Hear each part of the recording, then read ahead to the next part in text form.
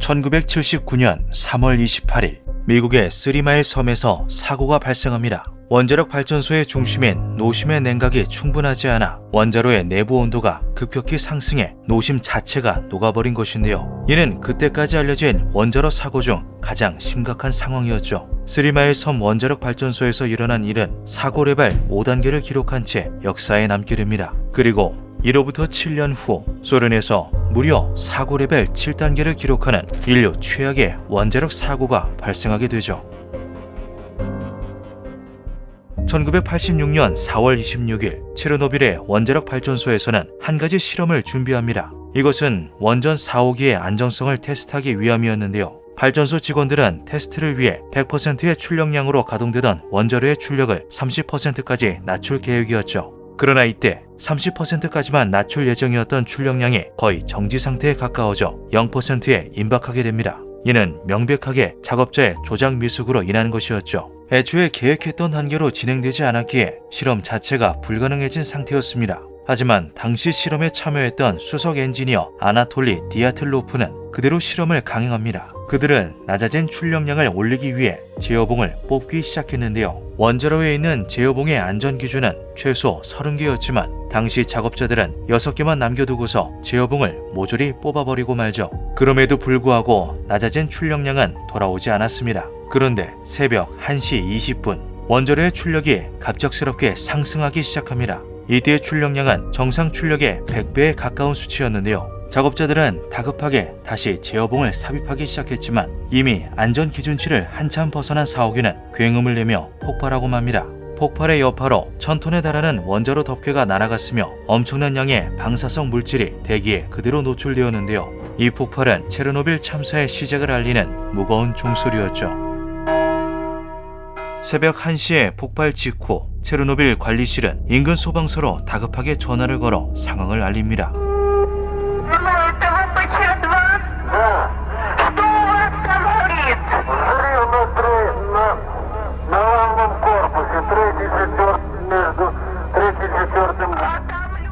인근의 소방대원들이 파견되어 가장 주력했던 것은 화재를 진압하는 것이었습니다. 자칫하면 4호기에서 발생한 화재와 폭발 때문에 3호기까지 2차 피해를 입을 수도 있었기 때문이죠. 분투하며 화재를 진압했던 소방대원들의 노력 덕분에 새벽 5시 화재는 진압되었습니다. 다행히도 당장 3호기에 발생한 2차 피해는 없는 듯 보였죠.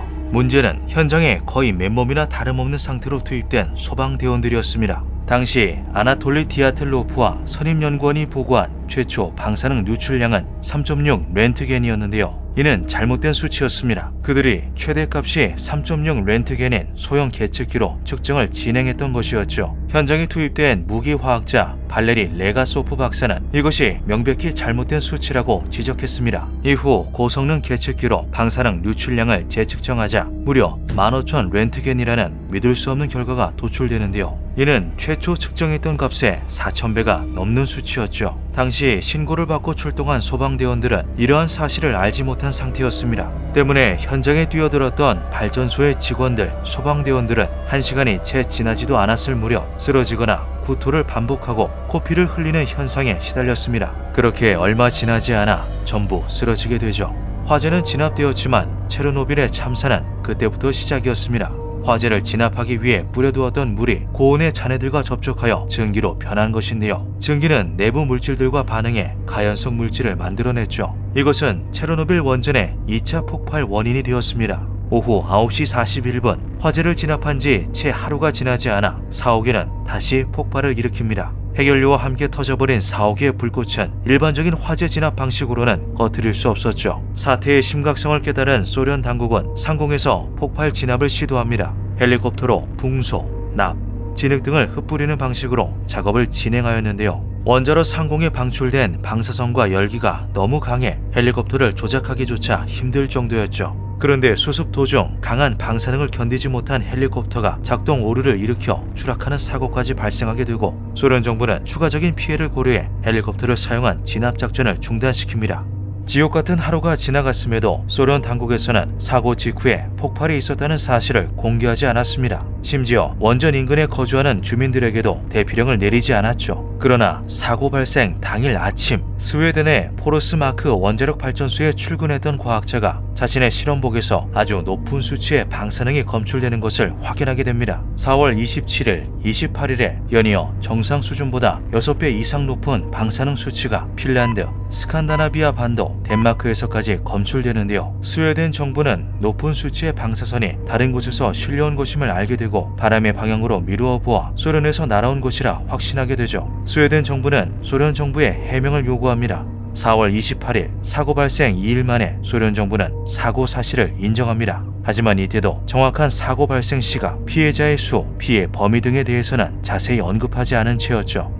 Все вы знаете, недавно нас постигла беда. Авария на Чернобыльской атомной электростанции.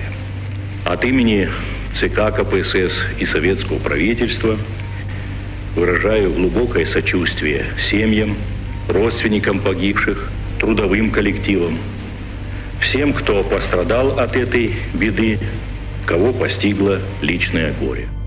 소련 정부의 발표 이후 더 많은 추측과 소문이 난무했습니다. 규모에 대해 정확히 알 수 없었기에 당시 최고 등급으로 분류되던 5레벨의 3마일섬 원자력 발전 사고와 비슷할 것이라 생각했는데요. 원인 또한 노심이 녹아내리는 노심 용융으로 추측했죠. 애초에 사고 레벨 7이라는 수치는 이전에 누구도 본 적 없는 수치였습니다. 때문에 5등급 이상의 재해는 예측 범위 바뀌었던 것이죠. 화재 진압 이후 현장에는 방사성 물질 처리를 위해 전문가들이 파견됩니다. 그리고 그들은 뿌려두었던 물이 증기 폭발의 원인이 될 수 있으며 3억의 손상에 치명적인 영향을 끼칠 수 있다는 것을 깨닫습니다. 전문가들은 증기 폭발을 막기 위해 방사능 오염수 속으로 들어가 누군가 수동으로 펌프를 가동시켜야 한다고 말했는데요.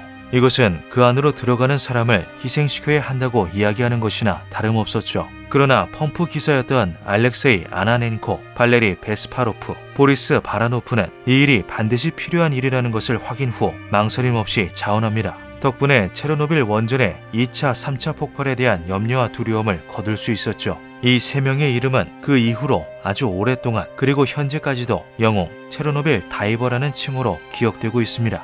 사고 현장에는 잔해들을 정리하기 위한 원격 조정 기기가 투입되었는데요. 발전소 지붕 위에 남은 폭파 잔해들이 엄청난 방사능을 뿜어내고 있었기 때문이죠. 그러나 강력한 방사선으로 인해 기기의 전자회로가 망가지거나 터지는 경우가 빈번했습니다. 결국 통제불능의 기계 대신 인간이 투입됩니다. 많은 사람들은 이것을 바이오 로봇이라고 불렀죠. 바이오 로봇이라 불리던 이들은 약 3,500명이었습니다. 이들이 해야 하는 일은 간단하지만 위험천만했습니다. 재빠르게 방사능이 가득한 원자로 지붕 위에 올라가 삽으로 잔해를 떠서 지붕 아래로 떨어뜨리는 일을 했죠. 방사선 수치는 기계 고장을 일으킬 정도였고 2분 이상 작업을 진행할 경우 사망할 가능성 또한 존재했습니다. 심지어 그들은 전부 제대로 된 보호복을 지급받지도 못한 채 작업을 진행했죠. 임시로 납을 기어 만든 보호복 또한 수가 충분하지 않아 교대로 진행하며 돌아가며 착용해야 했습니다.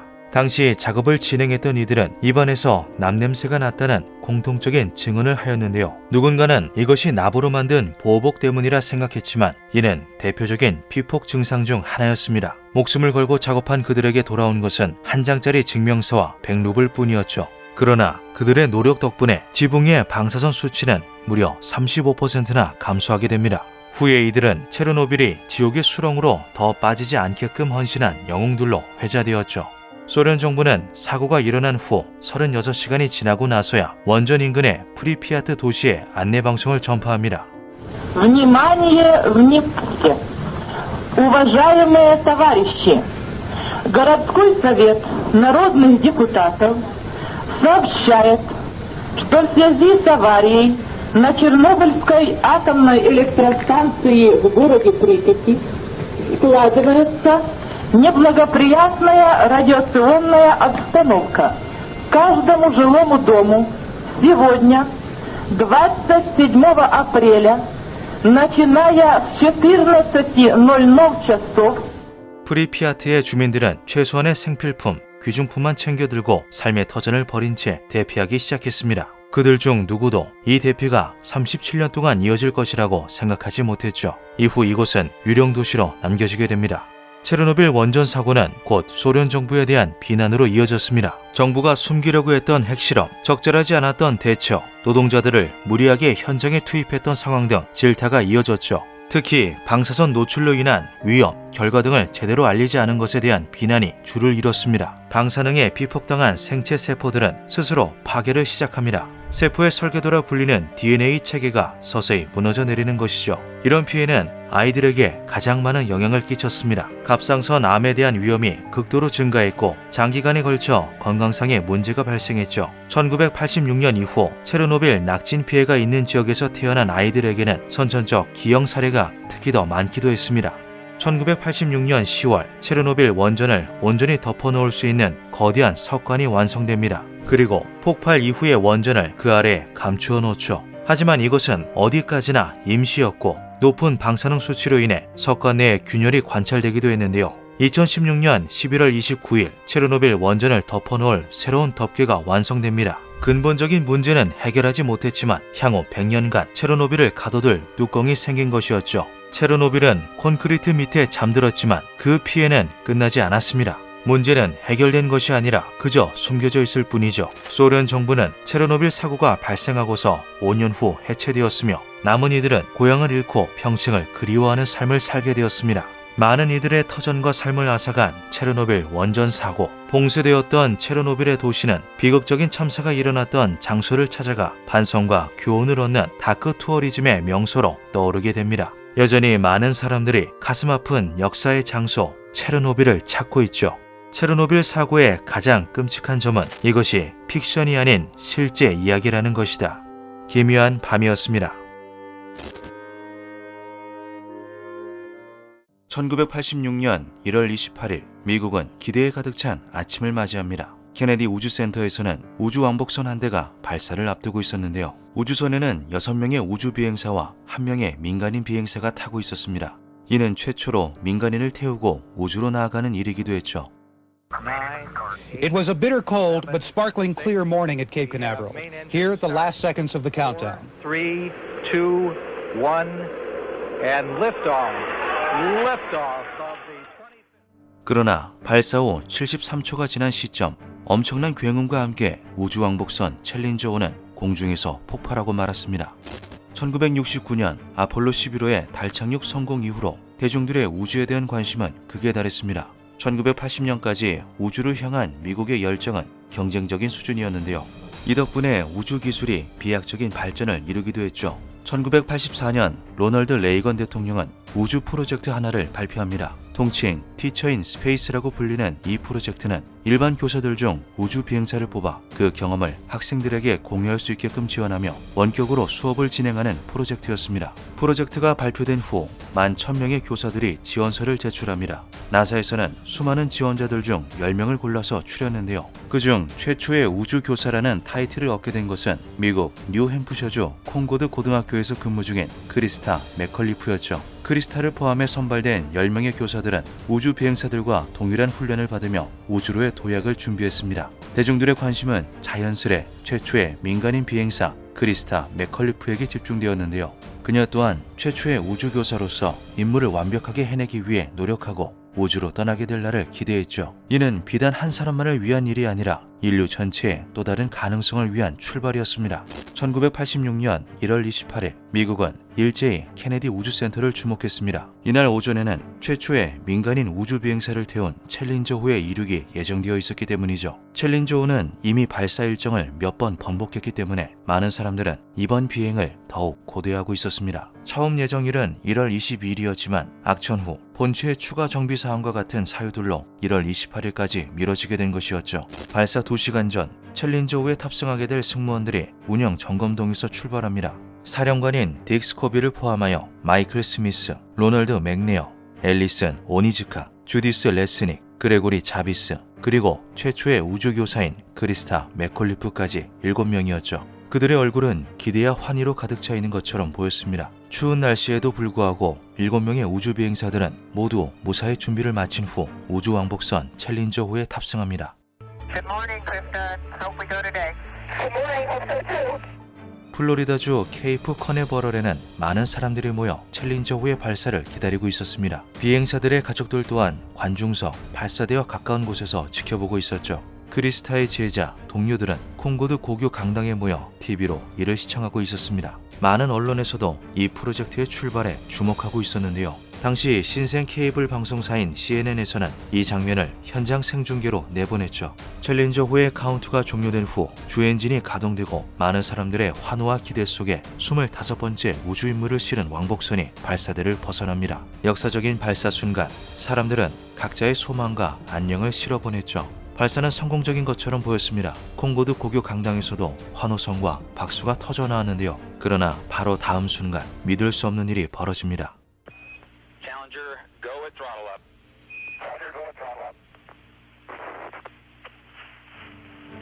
최대 출력을 승인하는 교신이 오간 직후 발사된 지 1분 13초 만에 거대한 굉음과 함께 상공에서 챌린저호가 폭발합니다. 환희와 기대는 순식간에 절망으로 뒤바뀌었죠. 나사 교신센터를 비롯한 현장의 관중들, 상황이 생중계되던 콩고드 고교 강당에서도 황망한 정적만이 감돌았습니다. 폭발 직후 상황이 파악되지 않아 여전히 환호하는 이들도 있었으나 그들도 차츰 무언가 잘못되었다는 것을 느끼기 시작했죠. Flight controllers here looking very carefully at the situation. Obviously a major malfunction. 상황을 중계하던 방송사들은 일제히 당황했습니다. 이륙 직후 폭발하였기에 지상에서는 두 갈래의 구름 기둥만 보일 뿐 명확하게 확인할 수 있는 것이 없었는데요. 당시 챌린저5와 통신하던 나사 관제센터 또한 마찬가지였습니다. 혼란스러움만 가득했을 뿐 정확한 상황을 판단하긴 어려웠죠. 폭발 사고 후에 뒤쪽에서 사람들이 우는 소리가 들렸고 다들 데이터를 보거나 서로를 쳐다봤어요. 폭발 직후 나사에서는 상황에 대한 모든 내용을 기밀로 유지할 것을 우선적으로 명령하고 데이터를 수집합니다. 얼마 지나지 않아 챌린저 비행사들의 가족들을 한자리에 모아 승무원실에서 소식을 전달하게 되는데요. 가족들은 그곳에서 믿고 싶지 않은 비보를 들어야만 했습니다. 챌린저5가 심각한 오작동을 일으킨 것으로 추정되며 승무원 중 누구도 살아남지 못했을 것이라는 소식이었죠. 충격에 휩싸인 것은 백악관도 마찬가지였습니다. 대변인인 레리 스피크스가 나와 현 상황에 대한 입장을 표명했는데요. 하지만 백악관 또한 대중에게 노출되어 있는 정보 외에는 당장 파악할 수 있는 것이 없었습니다. 나사는 추락 지점으로 예측되는 플로리다 앞바다를 꼼꼼히 수색합니다. 단 한 줄의 희망이라도 놓치지 않기 위해 왕복선에 잔해 중 크루 모듈을 우선적으로 수색하였는데요. 챌린저5 폭발 당시의 영상을 확인했을 때 크루 모듈 부분이 분리되어 날아가는 걸 확인할 수 있었기 때문이죠. 그러나 사고 직후의 수색에서는 큰 성과가 없었습니다. 폭발 사고가 일어난 바로 다음 날 나사의 비행 책임자인 제이 그린이 사태에 대해 브리핑합니다. 그는 모든 비행사들과 나사의 전문가들이 최대한 많은 가능성에 대비해 훈련하고 있다고 이야기했는데요. 그 뒤에 이어진 말은 이번 사고는 어쩔 도리가 없었다는 말이었습니다. 생각하거나 대비가 가능한 범위의 사고가 아니었다는 이야기였죠. 많은 이들이 슬픔에 잠겼으며 전문가들은 사고의 명확한 원인을 파악하기 위해 애썼습니다. 그런데 사고 당시의 장면을 녹화해 놓은 영상에서 발사 직후 연료 탱크 부분에서 검은 연기가 피어오르는 것이 확인됩니다. 발사하며 생기는 연기와는 확연히 다른 형태였는데요. 우주왕복선의 고체 연료 담당자이자 나사의 하청업체 모턴 티오콜사의 직원이었던 앨런 맥도널드는 이 영상을 보자마자 연료의 누수를 막는 오링에 결함이 생긴 것임을 알아챘습니다. 이것은 이미 이전에 많은 전문가들과 제작자들이 지적하고 문제 삼았던 부분이었죠. 챌린저5 발사가 있기 1년 전 디스커버리 우주왕복선 실험에서 같은 증상을 목격한 적이 있었던 건데요. 1985년 1월의 비행에서 두 개의 오링 중 첫 번째 오링이 밀폐력을 잃으며 가스가 안쪽으로 새어 들어가는 사고였습니다. 오링은 로켓 부스터 둘레를 감싸 틈새를 막음으로써 부스터 가스가 폭발하지 않도록 막는 왕복선의 부품 중 하나이죠. 디스커버리 우주왕복선 실험으로 알게 된 것은 날씨가 급격하게 추워질 경우 고무는 탄성을 잃게 되고 탄성을 잃게 된 고무는 본래의 형태로 돌아오거나 틈을 완벽히 밀폐하는 역할을 하지 못하게 된다는 것이었습니다. 디스커버리 우주왕복선의 경우 두 번째 오링이 제대로 작동해 폭발까지 이어지지는 않았지만 당시 오링의 설계를 담당했던 로저 보졸리는 이것을 계기로 11도 이하의 날씨에서는 절대로 왕복선 발사를 진행해서는 안 된다는 의견을 내놓게 됩니다. 때문에 챌린저5 발사 당시 영하를 웃돌던 날씨를 지적하며 모턴 티오콜사의 로저는 하루 전 발사 당일 오전까지도 계속해서 발사 연기를 요청했습니다. 그러나 나사와 2차 계약을 앞두고 있었던 티오콜사의 책임자들은 그의 의견을 묵살한 채 예정대로 발사를 준비합니다. 나사에서도 마찬가지였습니다. 적자였던 우주기술 프로젝트의 손해를 충당하기 위해 챌린저5 발사를 진행하기로 결정합니다. 분명히 많은 사람들이 위험에 대한 경고를 보냈음에도 불구하고 무리한 일정을 강행한 것이죠. 사고 13일 후 비상 지표가 수집됩니다. 각 분야의 전문가들, 책임자들이 모여 챌린저 발사 사고에 대해 논의하게 되죠. 대통령위원회 소속인 셀리 라이드 박사가 나사 우주선 프로젝트 감독인 레리 멀로에게 날씨에 대해 권고받은 것이 사실이냐 묻자 레리는 모턴 티어콜에서 발사를 예정대로 진행하라 이야기했다고 대답했습니다. 이때 앨런 맥도널드가 손을 들고 이야기를 시작합니다. 모턴 티어콜의 기술자들은 영상 11도씨 이하의 기온에서 발사하지 않을 것을 계속해서 권고했다고 말이죠. 앨런은 이후의 인터뷰에서 챌린저 사고에는 오링에 대한 기술적인 문제뿐 아니라 서로에게 책임을 전가하고 회피하는 태도 또한 작용했을 것이라 이야기했습니다. 그는 두 가지 모두를 바로잡지 않으면 또 같은 문제로 대형 사고가 발생할 것이라 말하였는데요. 그것이 그가 많은 사람들 앞에서 손을 들고 진실을 바로잡은 이유였죠. 사고가 발생한 지 약 한 달 반이 지난 1986년 3월 7일 미 해군 함정이 챌린저 크루 모듈의 잔해를 찾아냅니다. 잔해는 추락했을 당시의 모습 그대로 해저에 놓여 있었는데요. 비행사들은 7명 전원이 사망한 것으로 확인되었죠. 나사와 미 정부는 조종사들의 유해를 수습하기 위해 잠수부대를 투입합니다. 유해를 수습하고 조사하며 발견된 안타까운 사실은 실제로 비행사들이 추락 직후에는 살아있었을 가능성이 컸다는 사실이었습니다. 챌린저 내부에 비상용 호흡 장치가 활성화되어 있는 흔적이 발견되었던 것이었죠. 비행사들의 직접적인 사인은 바다에 떨어지며 받은 충격으로 추측되었습니다. 모든 조사가 끝난 후 1986년 4월 29일 챌린저 비행사들의 장례가 치러집니다. 이후 나사와 백악관은 같은 사례가 다시 발생하지 않도록 하기 위한 모든 일에 주의를 기울였습니다. 로널드 레이건 대통령은 추도식을 열어 희생자들을 추모하였으며 사고 원인을 명백하게 세상에 밝힙니다. 모두가 예상한 것처럼 챌린저 후의 폭발 원인은 추운 날씨, 제대로 팽창하지 못한 오링의 결함이었습니다. 대중들의 많은 관심을 끌었던 나사의 우주교사 프로젝트는 잠정적으로 중단, 해체되었으며 한동안 우주왕복선의 운영 또한 전면 중지됩니다. 우주를 향한 인류의 도전과 걸음이 잠시 제자리에 멈추게 된 사건이었죠. 하지만 이것은 또 다른 참사를 예방하고 대비하기 위한 모두의 노력이었습니다. 사고 2년 8개월 후 나사는 우주왕복선의 운영을 재개합니다. 이번에는 챌린저 호에서 발견되었던 기술적 결함뿐 아니라 발사 당일의 문제점까지 모두 고려한 성공적인 발사였죠. 인류는 아픔을 극복하고 또 한 번 우주로 나아갈 수 있었습니다. 우주교사 프로젝트는 중단되었지만 7명의 비행사들을 기리고 크리스타의 뜻을 잇기 위한 챌린저 러닝센터가 탄생합니다. 이곳에서는 전직 우주조종사인 사람들이 모여 학생들의 과학, 수학, 기술과 우주에 대한 호기심을 해결하고 학습을 돕기 위한 활동을 진행하고 있죠. 2018년에는 크리스타가 우주에서 진행하려던 내용의 수업을 우주비행사 리키 아놀드가 국제우주정거장에서 진행하였는데요. 그가 진행한 수업의 내용은 크리스타가 하지 못한 수업, 크리스타스 로스트 레슨이라는 제목으로 유튜브에 업로드되었습니다. 챌린저 폭발 사고는 많은 이들에게 비극과 충격을 안겨준 참사였지만 결국 남은 이들에게는 잊지 말고 나아가야 할 역사의 일부로 남게 되었습니다. 챌린저호가 남기고 간 것은 슬픔과 괴로움이 아니라 미래를 위한 안전과 평화가 되었죠. 역사는 움직인다. 그것은 희망으로 나아가거나 비극으로 나아간다. 기묘한 밤이었습니다. 저는 2006년 남부 레바논에 가서 전쟁을 보고 기록했던 적이 있습니다. 이 정도로 파괴되려면 30일 정도 걸리는데 우리는 한 번의 폭발로 인해 전쟁과도 같은 순간을 경험했습니다. 이것은 재앙입니다. 2020년 8월 4일 레바논의 수도 베이루트의 항구에서 화재가 발생합니다. 항구 인근에 폭죽 창고가 발원지인 것으로 추정되었죠. 오후 6시경 화재를 진압하기 위해 현장에 소방대원들이 도착합니다. 정확한 발원지를 파악하고 진압을 진행하려던 중 거대한 폭발음이 들려오는데요. 창고에서 발생한 화재가 내부 화약과 자재에 옮겨붙어 폭발한 것이었죠. 매캐한 하얀 연기가 도심 상공에 가득했고 이를 본 사람들은 저마다 휴대폰으로 그 장면을 촬영하기 바빴습니다.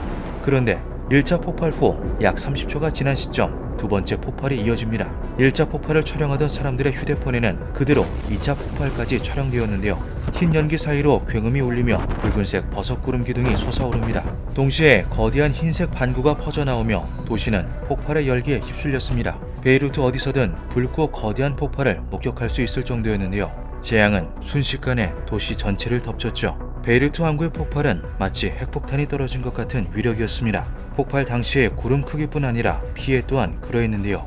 당시 베이루트의 폭발은 240km 떨어진 지중해 동부 키프로스 섬에서도 감지될 정도였죠. 폭심지인 베이루트 항구로부터 100m 이내에 존재하는 모든 건물들은 천장부터 무너져 내리거나 창문이 전부 부서지는 피해를 입었습니다. 100m 범위 바깥의 철근 콘크리트 건물들은 무너지지는 않았지만 충격파로 인해 건물이 흔들리고 유리창이 깨졌죠. 이때 많은 사람들이 건물에서 쏟아져 내리는 유리 파편으로 인해 부상을 입게 되었으며 폭심지 인근에는 사망자들까지 대거 발생하게 됩니다. 베이루트 항구에서 1.6km 정도 떨어진 곳에는 베이루트 3대 의료기관 중 하나인 세인트 조지 병원이 존재했는데요. 병원도 폭발에서 예외는 아니었습니다.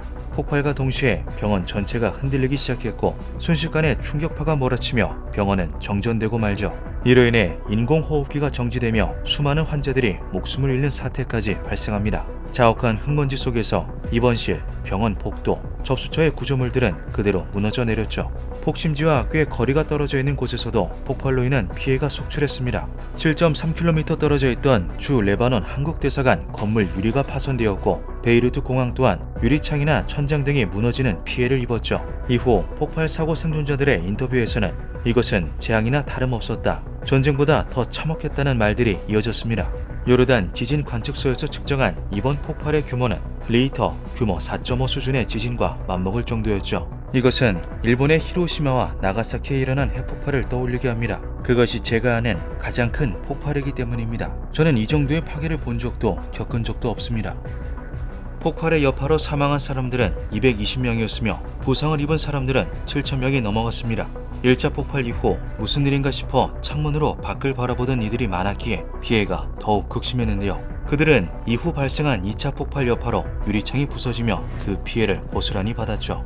이재민은 30만 명에 달했는데 이는 베이루트 전체 인구의 약 80%에 해당하는 수치였습니다. 레바논 총리 하산 디아브는 베이루트 항구 폭발을 두고 이 나라에 대한 국가적 재앙이라고 발표합니다.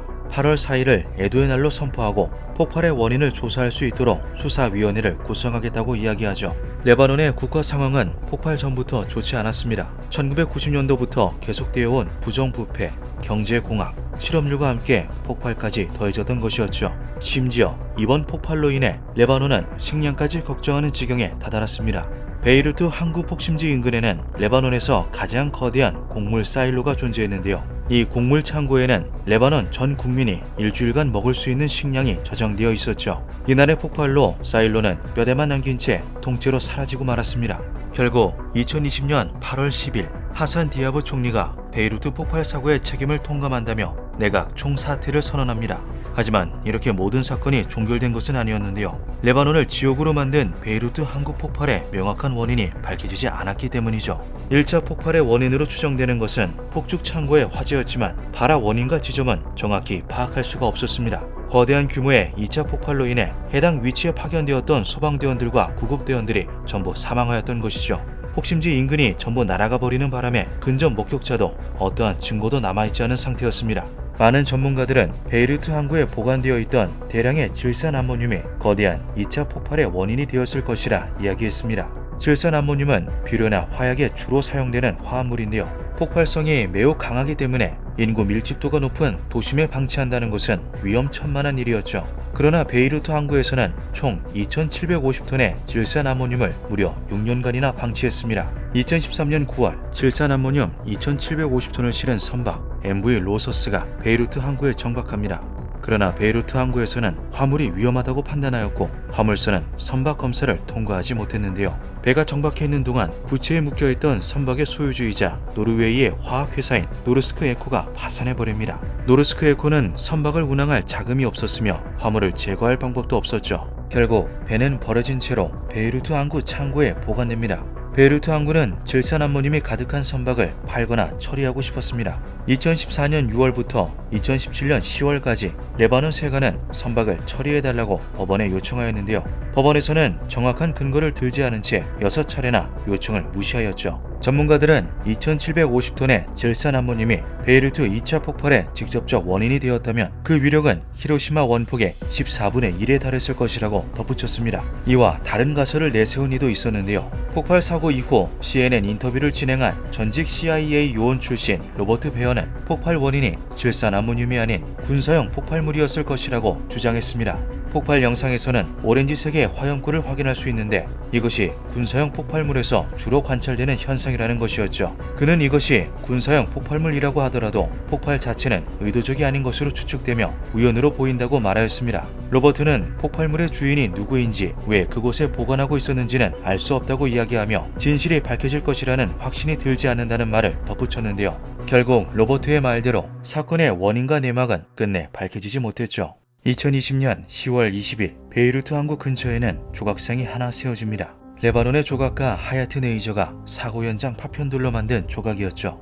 횃불을 들고 어딘가를 바라보는 여성의 모습을 한 조각상의 발치에는 폭발 시간에 멈춘 시계가 놓여 있었습니다. 베이루트 항구 폭발 사고는 3년여가 지난 현재까지도 방치되고 있습니다. 사고의 원인을 파악하는 제대로 된 진상조사도 이루어지지 않고 있는데요. 지금도 폭심지 인근의 건물들에서는 크고 작은 붕괴가 이어지고 있죠. 베이루트 참사는 소수의 방관으로 시작되어 많은 시민들의 평온한 일상을 앗아갔습니다. 멈춰버린 베이루트의 시계가 다시 움직이기 위해서는 얼마나 많은 시간이 더 필요할까요? 역사로부터 배우는 유일한 방법은 그것을 기억하는 것입니다. 기묘한 밤이었습니다. 1977년 3월 27일 오후 1시 그란 카나리아 섬의 중심 도시인 라스팔마스 국제공항에 협박 전화가 한 통 걸려옵니다. 15분 후 라스팔마스 공항 어딘가 설치된 폭탄이 터질 것이다. 정확히 15분 후 협박 전화의 예고처럼 공항 근처의 꽃가게에서 폭탄이 터집니다. 피해 규모는 작았지만 라스팔마스 공항은 추가적인 폭발이 있을 것을 우려해 공항을 폐쇄하기로 결정하였죠. 라스팔마스 공항으로 착륙 예정이었던 항공기들에게는 공항을 폐쇄할 예정이니 테네리페 섬 로스로디어 공항으로 회항하라는 요청을 보내게 됩니다. 로스로디어 공항은 순식간에 2개의 대형 항공기와 3대의 일반 항공기로 가득 찼습니다. 2대의 대형 항공기는 암스테르담에서 그란 카나리아 섬으로 착륙 예정이었던 KLM 소속 4805편과 로스앤젤레스에서 출발한 페남의 1736편이었는데요. KLM기가 먼저 착륙 후 오후 2시 15분경 페남기가 착륙하였죠. 로스로디어 공항은 규모도 작고 시설도 좋지 않은 편이었습니다. 이로 인해 비행기 5대는 주기장은 물론 유도로에까지 서 있어야 했는데요. 게다가 1977년 3월 27일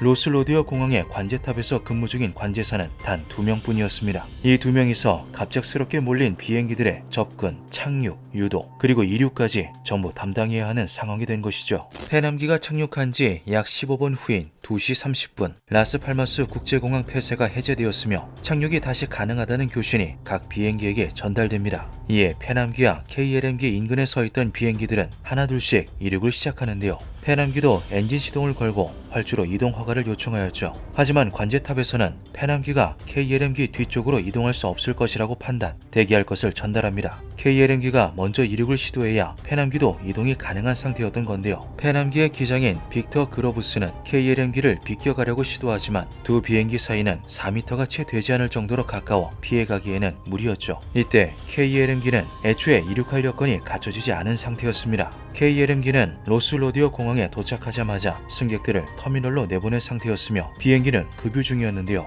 적은 양을 급유한 것이 아니라 항공기에 가득 약 5만 5천 리터의 양을 넣는 중이었죠. 때문에 급유가 끝나기 전까지는 페남기도 KLM기도 출발할 수 없었습니다. KLM기가 급유하는 동안 페남기의 기장인 빅터 그로브스는 무전으로 직접 KLM기의 급유 예상 소요 시간을 묻기도 했는데요. KLM기의 판잔턴 기장은 정확하진 않지만 35분 정도라는 대답을 전달했죠. KLM기의 급유가 종료되었지만 바로 출발할 수 있는 상태는 아니었습니다. 승객들 중 2명의 어린이가 탑승하지 않았다는 사실을 알게 되었기 때문인데요. 승무원들과 지상요원들이 아이들을 찾아 헤매느라 이륙은 또 한 번 지체되었죠. 이런 설상가상의 상황들로 인해 KLM기의 판잔턴 기장은 이미 심기가 불편한 상태였습니다. 1974년 네덜란드는 새로운 비행 제한 규정을 도입합니다. 이 규정은 연착 등으로 인해 운행 스케줄을 어길 경우 원인에 상관없이 기장이 모든 책임을 져야 한다는 내용이었는데요. KLM기의 기장이었던 판잔턴 또한 이 규정을 어길 경우 면허 상실이나 징역형의 처벌까지 받을 수 있는 것이었죠. 판잔턴 기장은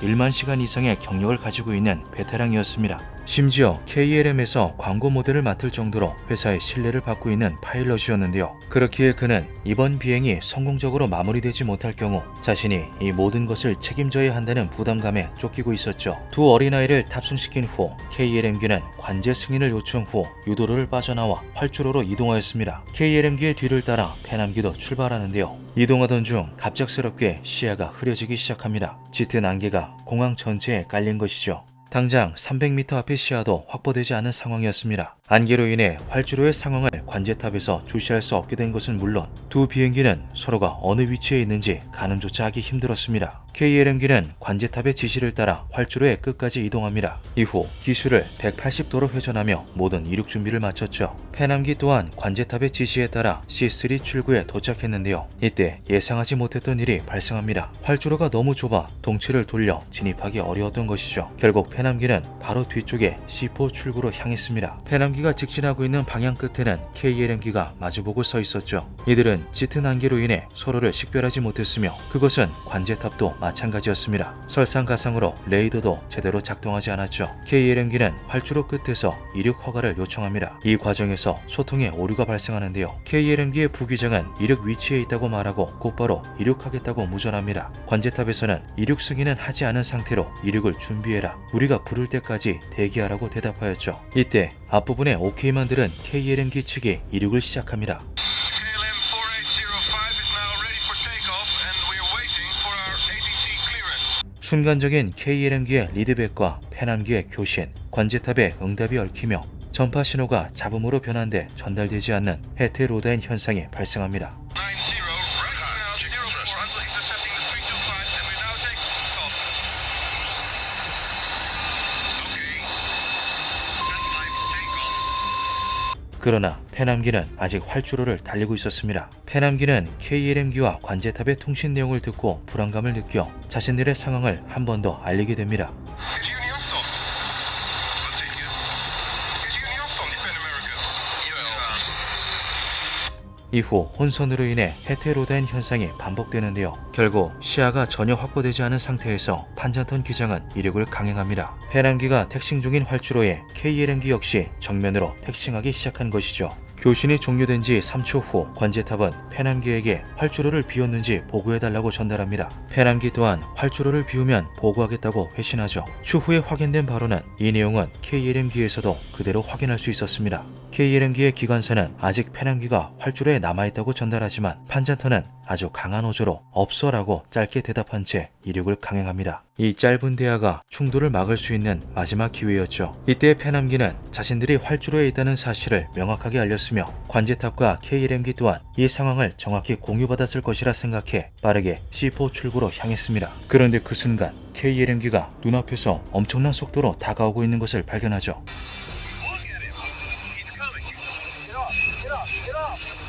KLM기 또한 활주로 맞은편에 페남기가 있다는 것을 발견하게 됩니다. 하지만 KLM기는 이제 멈출 수 없었습니다. 그들의 속도는 이미 이륙 결심 속도를 초과한 상태로 정지 제동을 걸 수 없는 상황이었죠. 충돌을 피하기 위해서는 강하게 기술을 높여 이륙을 시도할 수밖에 없었습니다. 판잔턴 기장은 곧장 기술을 올리고 이륙을 시도하였는데요. 하지만 활주로에서 동체를 겨우 20m 정도 뛰었을 뿐 충돌을 피할 수는 없었죠. 결국 활주로에서 C4 출구로 진입 중이던 페남기의 상부와 KLM기의 기체 앞부분이 굉음을 내며 충돌합니다. KLM기는 충돌 직후 약 150m 정도를 날아가 전복된 후 추락했습니다. 가득 채워두었던 연료가 새어나가며 불이 붙었고 이로 인해 충돌 직후 폭발해버렸죠. 기장과 승무원을 포함한 248명의 탑승객들은 전부 그 자리에서 사망합니다. 반면 페남기의 탑승객들은 대다수 생존해 있는 상태였습니다. 그들은 폭발한 KLM기와는 약 450m 정도 떨어진 위치에 있어 연료 폭발의 피해를 많이 받지는 않았죠. 하지만 테네리페 로스로디어 공항의 비극은 충돌로 마무리된 것이 아니었습니다.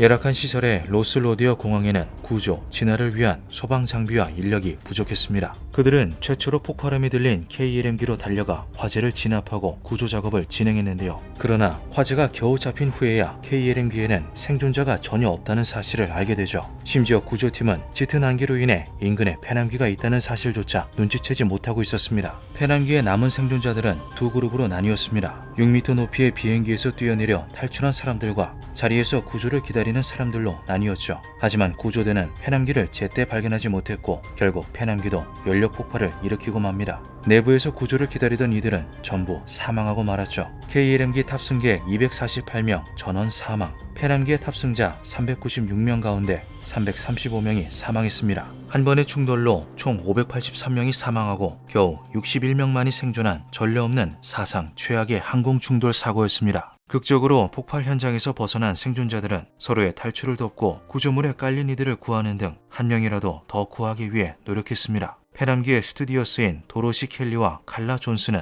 충돌 직후에도 승객들을 우선으로 대피시켰는데요. 켈리는 승객들을 안전한 곳으로 옮긴 후 몇 번이고 다시 생존자들을 더 찾기 위해 페남기로 향했죠. 동료들은 그녀에게 돌아가지 말라고 이야기하기도 했습니다. 하지만 켈리는 결국 기장인 그레브스까지 끌어내 구출하는 데 성공합니다. 그녀는 후일 내 행동이 스스로에게 어떤 영향을 끼칠지 생각할 겨를도 없었다. 나는 해야 할 일이 있었고 그 일을 해야만 했다라는 말을 남겼죠. 승객들 중에서도 다른 부상자를 구출하고 함께 살아남으려던 이들이 있었습니다. 은퇴한 미 해군제도 월터 무어는 아내 베스 무어를 비행기에서 먼저 내보냈습니다. 그는 나갈 수 있었음에도 다른 이들을 구조하기 위해 기내에 머물렀고 결국 연료 폭발에 휩쓸리며 운명을 달리하고 말았죠. 누군가의 희생, 배려로 살아남은 이들의 현장은 아비규환이었습니다. 한 치 앞도 볼 수 없는 안개 속에서는 살타는 냄새가 진동했고 크고 작은 폭음과 비명이 계속해서 들려왔죠. 사고의 원인을 조사하기 위해 스페인, 네덜란드, 미국에서 조사팀이 파견되었습니다. 사고의 주요 원인으로 꼽힌 것은 KLM기의 기장 판잔턴의 독단적인 이륙 결정이었죠. 그는 페남기가 활주로에 있다는 걸 확인했음에도 이륙을 강행했습니다. 판잔턴 기장은 비행이 지연된 시점부터 조금씩 잘못된 선택을 했으며 불안에 떨고 조급해했는데요. 이는 KLM 항공의 방침상 기체의 지연에 대해서는 어떠한 이유를 막론하고 기장이 전부 책임져야 하는 시스템으로부터 비롯된 불안이었죠. 극단적인 예시로 테러리스트에게 비행기가 납치당한 상황이 발생하여도 벌금은 기장이 내야 하는 시스템이었습니다. 이 상황을 더욱 혼란스럽게 만들었던 것은 각 비행기의 승무원들이 관제탑의 사실 여부를 재차 확인하는 과정에서 피로감을 느껴 내부에서 의미를 유추하고 논의하는 과정이었습니다. C3에서 C4로 유도로를 변경한 것 또한 이것 때문이었죠. 결국 테네리페 참사는 KLM기와 관제탑의 엇갈린 교신, 오더받은 C3가 아닌 C4 출구로 진행을 바꿨던 페남기의 선택, 대형 항공기에 대한 이해가 부족했던 관제사들, 짙은 안개로 인한 시야 미확보, 이런 상황에서 판잔턴의 이륙 강행이 충돌의 총구를 당기게 된 것이었습니다. 테네리페 공항 참사 이후 근처에는 추모비가 세워졌습니다. KLM 항공사는 운항의 책임을 기장에게 돌리는 규정을 삭제했으며 이후 관제 통신 시에는 표준 용어를 사용하도록 국제 규정도 바뀌었죠. 테네리페 로스로데오 공항 참사는 협박 전화로부터 시작된 나비 효과였습니다. 전화 이후 추가적인 폭발이나 피해는 발생하지 않았지만 이 전화 한 통이 결국 테네리페의 참사를 불러온 원인이 되었던 것이죠. 수많은 사람들이 참사가 반복되지 않도록 여전히 노력하고 있습니다. 더 큰 사고가 발생하지 않고 더 많은 인명이 희생되지 않도록 말이죠. 살아있는 이들이 할 수 있는 가장 큰 추모는 그 참사가 반복되지 않게 하는 것이다. 기묘한 밤이었습니다. 놀랍도록 따뜻하고 매력적인 곳입니다. 유일한 단점은 저에게 두 번째 머리가 자랐다는 거예요. 이곳을 방문하고 팔과 눈이 하나씩 더 생겼습니다. 좋은 경험이었어요. 다음 생에도 꼭 다시 방문하고 싶습니다. 기묘한 리뷰들이 가득한 이곳은 러시아 첼리아빈스크주 오조로스크에 위치한 마야크 제철이 공장입니다. 러시아 정부는 이 공장을 통해 원자력 발전소에서 사용이 끝난 해결료를 녹여 우라늄과 플루토늄을 추출해 재활용하는데요. 우라늄과 플루토늄을 추출한다는 것 자체가 핵무기 개발의 핵심적인 요소이기도 하고 재활용을 통해 해결료의 수명이 반영구적으로 늘어난다는 장점이 있어 이러한 해결료 재처리 시설은 미국, 프랑스, 영국, 일본, 북한 등의 여러 나라에서 운영하거나 운영했던 전적이 있죠. 하지만 이 재처리 공장은 구조상 사고가 일어나기 몹시 쉽다는 치명적인 단점이 있습니다. 실제로 영국의 셀라필드 원자력 단지에서는 센서 오류로 인해 무려 48시간 동안이나 원자로에 화재가 발생하기도 했는데요.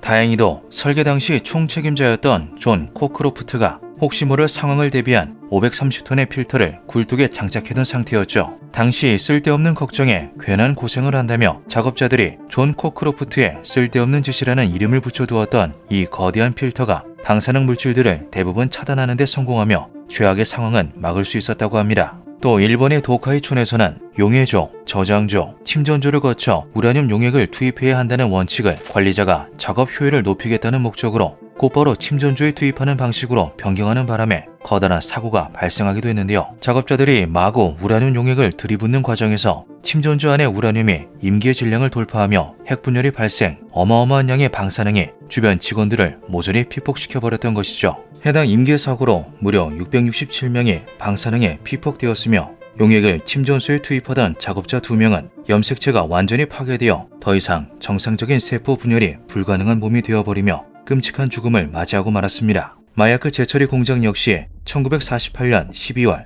운전을 개시하자마자 어처구니 없는 일이 벌어졌는데요. 아직 미완성인 지하 폐기물 저장 탱크 대신 대충 깊게 파둔 지하 구덩이에 방사성 폐기물을 버렸던 것이죠. 무려 2년간의 불법 투기는 서서히 근처의 데카강의 고농도의 방사능을 축적시켰고 이 강을 식수원으로 쓰던 24개의 주변 마을이 모조리 피폭당하게 됩니다. 수만 명에 달하는 마을 주민들이 원인을 알 수 없는 각종 질병에 시달렸고 곳곳에서 기형아가 태어났는데요. 더욱 끔찍했던 것은 소련 정부의 대처였죠. 소련 정부는 방사능 유출 사실을 숨긴 채 각종 핑계로 마을 주민들을 타지로 이주시켰습니다. 하지만 가장 큰 마을 중 하나였던 무슬류모프를 제외한 몇몇 마을들은 예외였는데요. 무슬류모프는 현재까지도 전쟁에 강제로 동원되는 등 각종 차별을 당하고 있는 소수민족 타타르족이 거주하는 마을이죠. 소련은 이곳을 만성적인 저설량 방사선에 사람이 수세 대에 걸쳐 노출될 경우 어떤 일이 벌어지는지 연구하기 위한 실험장으로 삼았고 매년 마을에 방문해 귀중한 데이터들을 수집하는 만행을 벌였습니다. 1952년 폐기물 저장 탱크가 완공된 이후에도 사고는 계속해서 발생했는데요.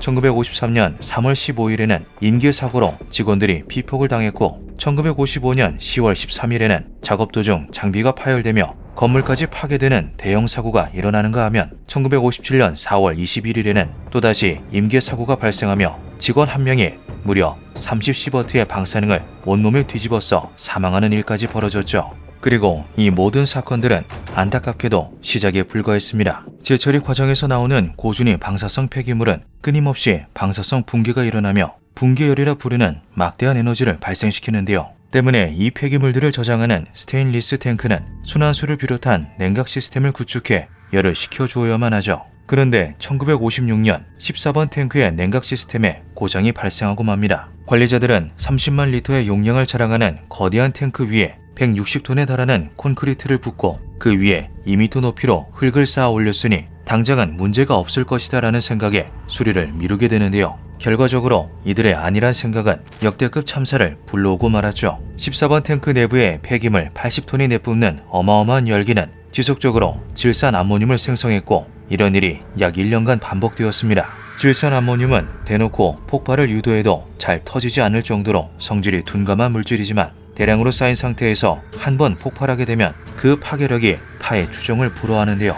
대표적인 질산 암모늄 폭발 사고인 텐진 항구 폭발 사고는 인공위성에서도 관측이 되었을 정도였으며 베이루트 항구 폭발 사고는 가히 핵폭탄을 연상케 하는 참상을 불러왔었죠. 그리고 1957년 9월 29일 일요일 오후 4시 22분 마침내 대참사가 벌어지고 말았습니다. 초고온의 탱크 내부에서 일어난 불길이 거대한 폭발을 일으켰고 그 어떠한 상황에서 안전하리라고 믿었던 콘크리트 뚜껑이 종이 조각처럼 흩날렸는데요. 인류 역사상 유일한 6등급 원자력 사고 키시팀 사고의 시작이었죠. 폭발의 충격으로 방사능 폐기물들이 상공 1km 위까지 치솟으며 사방으로 퍼져나갔습니다. 귀청을 찢을 듯한 폭발음에 밖으로 뛰쳐나온 주변 시민들은 강렬한 방사능이 대기를 이온화시키며 희미한 분홍색과 연한 푸른빛을 만들어내는 기괴한 광경을 목격하게 되는데요. 하늘을 뒤덮은 두터운 방사능 먼지는 바람을 타고 흩날리며 광대한 지역에 쏟아져 내렸죠. 인류 역사상 손꼽히는 대재앙이 발생했음에도 불구하고 소련 정부는 이 사실 자체를 철저한 기밀에 붙였습니다. 사고가 발생한 지 일주일이 지나서야 방사능 오염지대의 주민 1만 명을 대피시키는 작전만이 시행되었을 뿐이었는데요. 물론 이 과정에서 주민들에게는 그 어떠한 설명도 없었죠. 키시팀 사고로 인해 약 47만 명 이상이 피폭 피해를 입었다고 추정되며 수많은 사람들이 이유도 알지 못한 채 고통스러운 죽음을 맞이했습니다. 곳곳에서 기형아가 태어났고 온갖 질병들이 발병했지만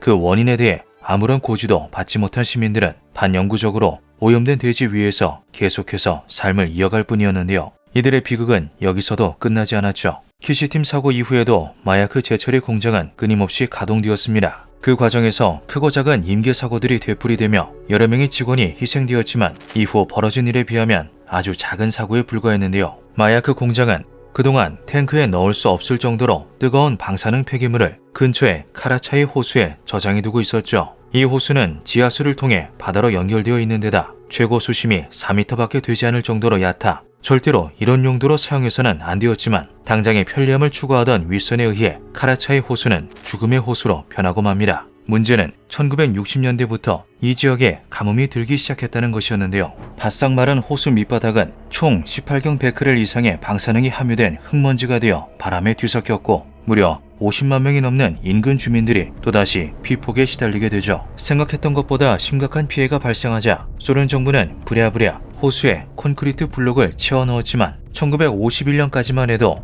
약 151평이었던 수면 면적이 1993년에는 약 45평으로 줄어들 정도로 가뭄의 진행 속도가 너무나도 빨랐습니다. 더욱 끔찍했던 것은 이 호수에 폐기된 방사능의 양이 무려 400경 베크렐을 훌쩍 넘긴다는 것이었는데요. 후쿠시마 원자력 발전소 사고가 37경 베크렐가량, 체르노빌 사고가 약 800경 베크렐의 방사능을 방출했다는 것을 생각하면 애초부터 카라차이 호수가 감당할 수 없는 양을 쏟아부었던 셈이었죠. 1990년경 인근 지역 주민들의 암 발병률은 21%나 증가했으며 기형아는 25%, 백혈병은 41%나 늘어나게 됩니다. 1시간만 근처에 있어도 사망에 이를 정도로 강렬한 방사능이 호수에서 끊임없이 방출되었고 결국 러시아는 호수를 완전히 메워버리게 되는데요. 그러나 앞서 말했던 방사성 폐기물은 카라차이 호수에만 폐기되었던 것이 아니었죠. 주변 40개 지역의 식수원인 테차강은 이후에도 계속해서 폐기장으로 활용되었고 그 결과 수십억 리터를 가뿐히 넘기는 양의 방사성 폐수가 강물로 흘러들어갔습니다. 안타깝게도 이 강은 식수원인 동시에 마을 주민들에게 필수적인 삶의 터전이었는데요. 최근까지도 인근 주민들은 이곳에서 방사능에 오염된 물고기를 잡아 기니를 때우고 있으며 때로는 물속에 들어가기도 하죠. 방사능의 지속적인 영향으로 수많은 사람들이 목숨을 잃자 일부 지역이 민간인 출입 금지로 지정되는 등 몇몇 조치가 취해졌지만 지금 이 순간에도 여전히 수많은 주민들이 방사능에 시달리는 중입니다. 심지어 민간인의 출입이 허용된 지역에서도 과도할 정도로 높은 방사능이 검출되는 등 21세기라고는 믿기지 않는 일들이 벌어지고 있는데요. 2017년 9월 유럽 전역의 대기에서 방사능 수치가 급증하며 수많은 나라들이 일제히 조사에 나섰죠. 스위스 연방 공중보건국, 프랑스 원자력 안전연구소, 독일 연방 방사능 방호청 등 여러 정부기관의 심도 깊은 조사 결과 방사능의 근원이 우랄 산맥 남쪽, 즉 러시아 첼리아빈스크라는 것이 밝혀집니다. 프랑스는 대기 중에서 검출된 루테늄 106이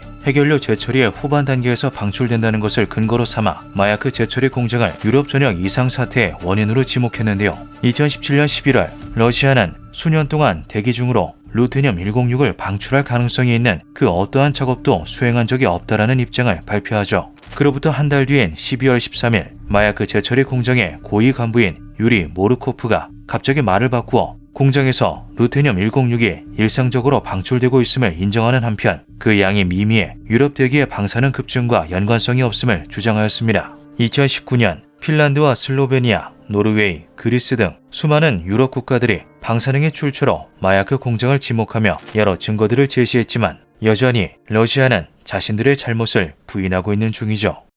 기묘한 밤이었습니다. 1937년 5월 6일 오후 7시 24분 인류 역사상 최초로 생방송 중 대형 참사가 발생합니다. It's a terrific crash, ladies and gentlemen. The smoke and the flames now, and the flame is crashing to the ground, not quite to the mooring mast. All the humanity and all the passengers screaming around it. I told you. 이 광경을 보도 중이던 기자는 그만 울음이 터지고 말았는데요. 전 세계인의 눈앞에서 인류 문명의 결정체가 참혹한 최후를 맞고 있었죠.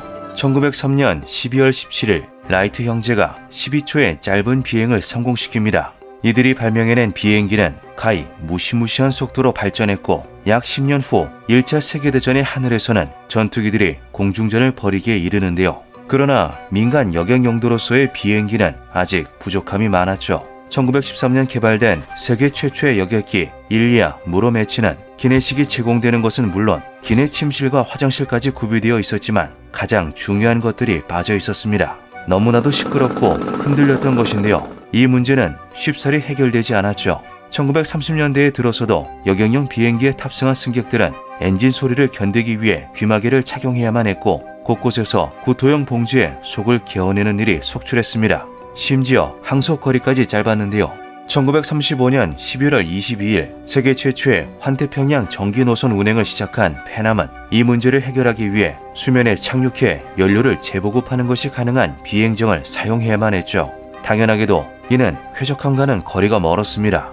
다행히도 인류에게는 하늘을 날 수 있는 또 하나의 방법이 존재했는데요. 바로 비행기보다 앞선 역사를 자랑하는 비행선이었죠. 당대의 비행선은 모든 면에서 비행기에 앞서 있었습니다. 압도적인 항속거리를 지녀 연료를 재보급할 필요 없이 한 번에 태평양을 건널 수 있었으며 내부 공간 역시 아주 널찍해 온갖 편의시설들을 갖춰두었는데요. 위험을 무릅쓰고 활주로에 착륙하는 비행기와 달리 사뿐하게 수직 이착륙이 가능했고 속도가 떨어지거나 균형을 잃어도 추락하지 않았죠. 비행 내내 엔진 소음에 시달릴 일도 없었고 승차감 역시 매우 훌륭했습니다. 순항 속도가 시속 120에서 140km밖에 되지 않는다는 단점이 존재하긴 했지만 당시 여객 비행기의 순항 속도 역시 시속 200에서 300km에 불과했는데요. 승객 입장에서는 불편하기 그지없는 4시간의 비행보다 편안한 7시간의 비행을 선호할 수밖에 없었죠. 한편 당시 비행선을 제작하고 운영하는 업체들은 커다란 난제에 봉착해 있었습니다. 비행선을 하늘에 띄우기 위해 사용되는 헬륨이 문제의 원인이었는데요. 당시 헬륨은 텍사스와 오클라호마에서 대규모의 헬륨 가스전이 발견된 미국이 세계 생산량의 90% 이상을 차지하고 있었죠. 헬륨을 생산하고 정제하는 데에는 고도로 전문화된 기술이 필요했기에 이미 미국이 대규모의 인프라를 구축한 상태에서 다른 나라가 소량의 헬륨을 생산하기 위해 독자적인 생산 시설을 구축하는 것은 전혀 수지가 맞지 않았습니다. 이러한 상황에서 군사 용도는 물론 다양한 과학, 산업 분야에서 사용되는 헬륨에 대한 전략적 가치를 미국이 인식하게 되는데요. 그렇게 1925년 헬륨법을 제정한 미국 정부는 헬륨의 생산, 저장 및 유통을 관리함과 동시에 해외 수출과 상업적 사용을 엄격히 통제하기 시작했죠. 삽시간에 비행선의 핵심 자원을 상실한 세계 각국의 비행선 업체들은 어쩔 수 없이 대체제로 수소를 사용하게 됩니다. 문제는 수소는 헬륨과 달리 가연성이 매우 높았다는 것인데요. 잊을만하면 수소 비행선이 폭발했다는 소식이 들려왔고 승객들은 비행선과 비행기 중 어느 것을 택할지 머리를 싸매야만 했죠. The coast of America is sighted 68 hours after leaving Japan. 1929년 8월 독일의 체펠린 비행조선 유한책임회사에서 제작한 그라프 체펠린 수소 비행선이 세계 일주 비행에 성공합니다. 총 21일 5시간 31분이 걸린 이 장대한 비행은 역사상 지구를 가장 빨리 일주했다는 대기록을 작성하는데요. 완벽한 설계와 철저한 안전관리를 통해 수소 비행선의 위험성을 통제할 수 있다고 생각한 체펠린사의 승리였죠. 길이가 236.6m에 달하는 이 거대한 비행선은 부자들 사이에서 안전한 탈 것으로 엄청난 각광을 받게 되었고 체펠린사는 이들의 믿음을 배신하지 않았습니다. 그라프 체펠린은 총 이동거리가 170만 킬로미터에 달하는 590회의 비행 속에서 승객들에게 품격 있는 서비스와 편안한 여행을 제공했는데요. 10년이 가까운 세월 동안 체펠린사의 비행선은 단 한 번도 추락하지 않았죠. 비행선은 인류에게 내려진 축복이자 항공의 미래다. 그라프 체펠린의 성공에 힘입어 체펠린사는 역사상 가장 호화로운 비행선을 제작하기 시작합니다.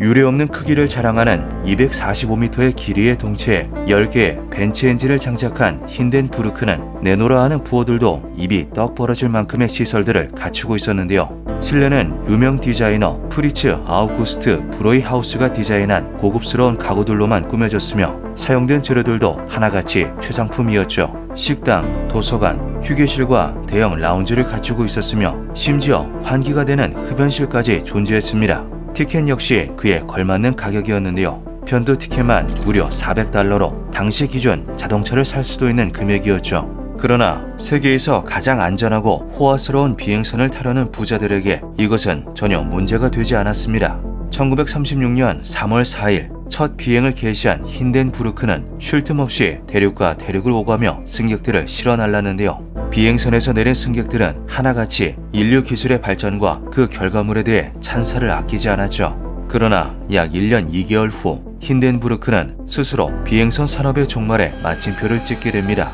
1937년 5월 6일 승무원 61명과 승객 36명을 태운 힌덴부르크가 미국 뉴저지 상공으로 진입했는데요. 레이크허스트 해군 항공기지에 착륙 후 5월 12일 거행될 영국의 차기 국왕 조지 6세의 대관식에 참가할 각계 계층의 VIP를 태우고 영국으로 향할 예정이었죠. 만약 이 VIP들이 연착오로 인해 대관식에 참가하지 못하는 불상사가 생긴다면 힌덴부르크의 명성에 커다란 손상이 될 것이 분명하므로 반드시 정시에 착륙해 다음 비행을 준비해야만 했습니다. 하지만 비행 과정에서 발생한 여러 트러블로 인해 힌덴부르크는 도착 예정 시간에서 이미 12시간이 지연된 상태였는데요. 엎친 데 덮친 격으로 착륙 예정지인 뉴저지 레이크허스트는 폭풍이 몰아치는 최악의 기상 상태였죠. 오후 5시 45분 항공기지 상공에 근접한 힌덴부르크는 거센 폭풍을 견디며 착륙 허가가 떨어지기를 기다렸습니다. 사고 원인에 대한 추측에 따르면 당시 구름 속에 물 분자들이 격렬하게 충돌하며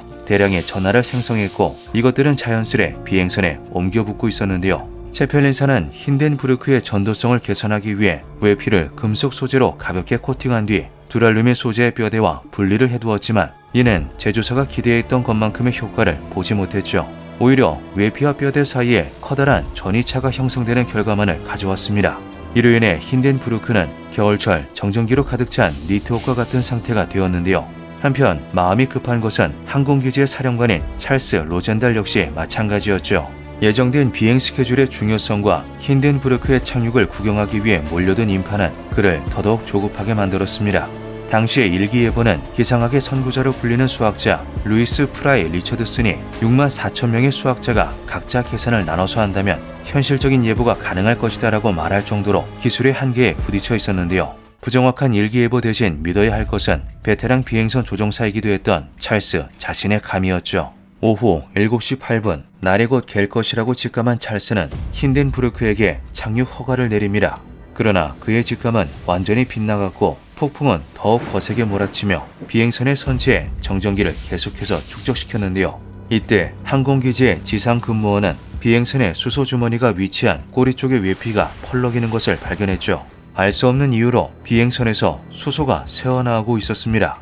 곧이어 닥칠 재앙을 전혀 알지 못하는 지상에서는 힌덴부르크를 지상으로 착륙시키기 위한 준비가 한창이었는데요. 기자들은 세 개의 비행선이 서서히 고도를 낮추는 장엄한 광경을 생방송으로 송출 중에 있었죠. 오후 7시 21분 90m까지 고도를 내린 힌덴부르크가 지상에 동체를 고정하기 위한 계류 로프를 땅으로 내려보냈습니다. 과학자들의 가설에 따르면 저전 로프가 땅속의 전자를 비행선으로 올려보냈을 가능성이 높다고 하는데요.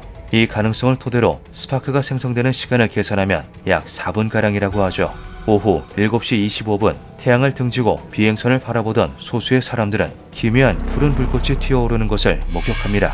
이것은 일명 세인트 엘모의 불이라고 불리는 것으로 도전체에 과도한 양의 전기가 흐를 때 도전체 주위를 감싼 공기가 버티지 못하고 전기가 밖으로 새어나오며 나타나는 현상인데요. 즉 이 시점에서 힌덴부르크에 축적된 전기가 한계를 넘었다는 것이죠.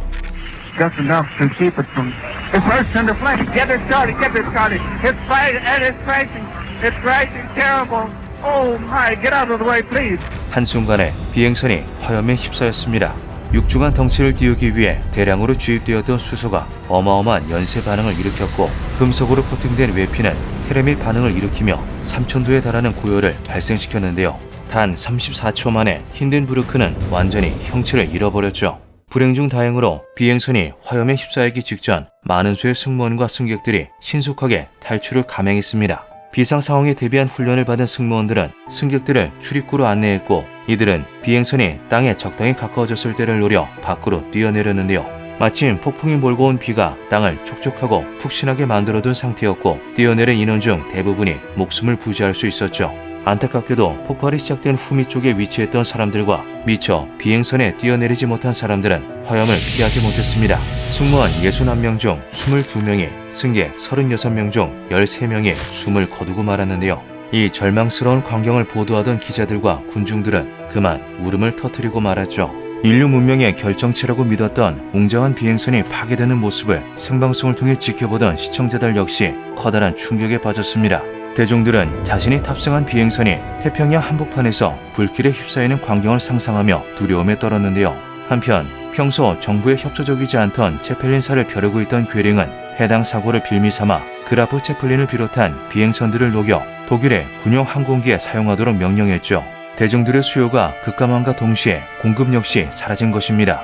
단 한 번의 사고로 인해 비행선은 눈 깜짝할 사이 여객수단으로서의 지위를 상실하게 되는데요. 하지만 이를 아쉬워하는 사람은 없었죠. What was that? What the hell was that? It went by like we were standing still. 1936년 개발된 제트 엔진은 수많은 개량과 실험을 거쳐 약 6년 후 제트 전투기가 전장에 실전 배치되기에 이릅니다. 1949년에는 최초의 제트 여객기가 비행선의 속도를 아득히 상회하는 시속 740km의 속도로 하늘을 누비기 시작했고 1958년에는 시속 850km의 속도로 안정적인 비행이 가능한 DC-8이 등장, 여객 시장의 판도를 완전히 바꿔놓게 되는데요. 이윽고 1967년에는 지금까지도 널리 사용되고 있는 보잉 737이 초도 비행을 개시하며 하늘길에 새로운 지평을 열었죠. 여객용 항공기가 일상이 된 오늘날, 한때 항공의 미래로 평가받았던 비행선은 광고와 같은 극히 제한적인 용도로만 남아 있습니다. 기묘한 밤이었습니다.